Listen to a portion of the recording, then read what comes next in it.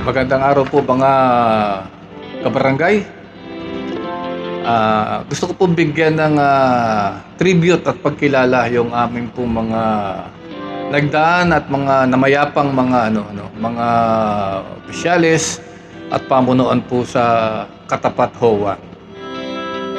Sa mga nakakaalam po, ito pong Katapat HOA, yung dating Ali 9 na kung saan po ay yan tayo lumaki, no ho? Yan po ay isa sa mga delinkwenteng lugar, no ho? Sa bahagi ng Barangay Santa Ana, Pateros, Metro Manila. Nakagisnan namin na maputik, marumi, mabaho, magulo, madilim, walang nawasa. At sa awa po ng Diyos ay napagtulong-tulungan po, no? At nagsisilbi pong inspirasyon ang mga dating namuno, nangarap na maging maayos, matahimik at marangal na aming komunidad, ano ho?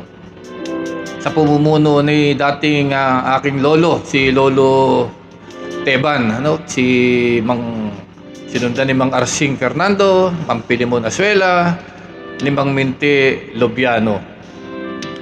Mga nagsilbing inspirasyon sa aking pamumuno kung saan po ay isinakatuparan natin ang kanilang mga pangarap.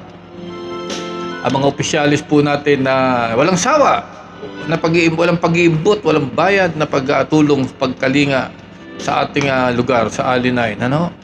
Katulad po ni paring mga mamayapa nating mga opisyalis, si paring Boy Empleo, ang Vice President natin, si paring Nick Roque, si paring Panyong Merculicio, sa isang bahagi naging opisyalis natin, Mang Minty Lobiano, si paring Leoncio Mendoza, si Inigo Sebrero, si paring Pador Legaspi, si paring Tunido, Ate Meli Montases, Moises Roque, Milagros Mila Balbino, paring Reldim, Andres Nabidad, at si paring Paul Clitar, no?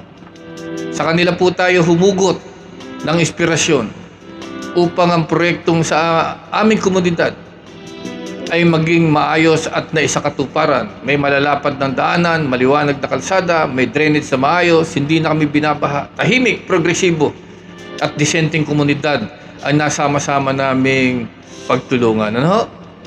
Yan ho ay bilang pagtanaw ng utang na loob natin sa mga namayapang kasapi, sa mga namayapang opisyalis, at sa mga kasalukuyan nating kasapit benepisyaryo na patuloy na naniniwala na ang aming proyektong ito'y hindi pansarili kung hindi sa mga susunod na lahi, susunod na kabataan dito po sa aming lugar. Muli po, ito po ang inyong kabarangay, Jojo Nicdao, sa pagdaraos po natin ng tribute sa mga namuno dito po sa Katapat HOA.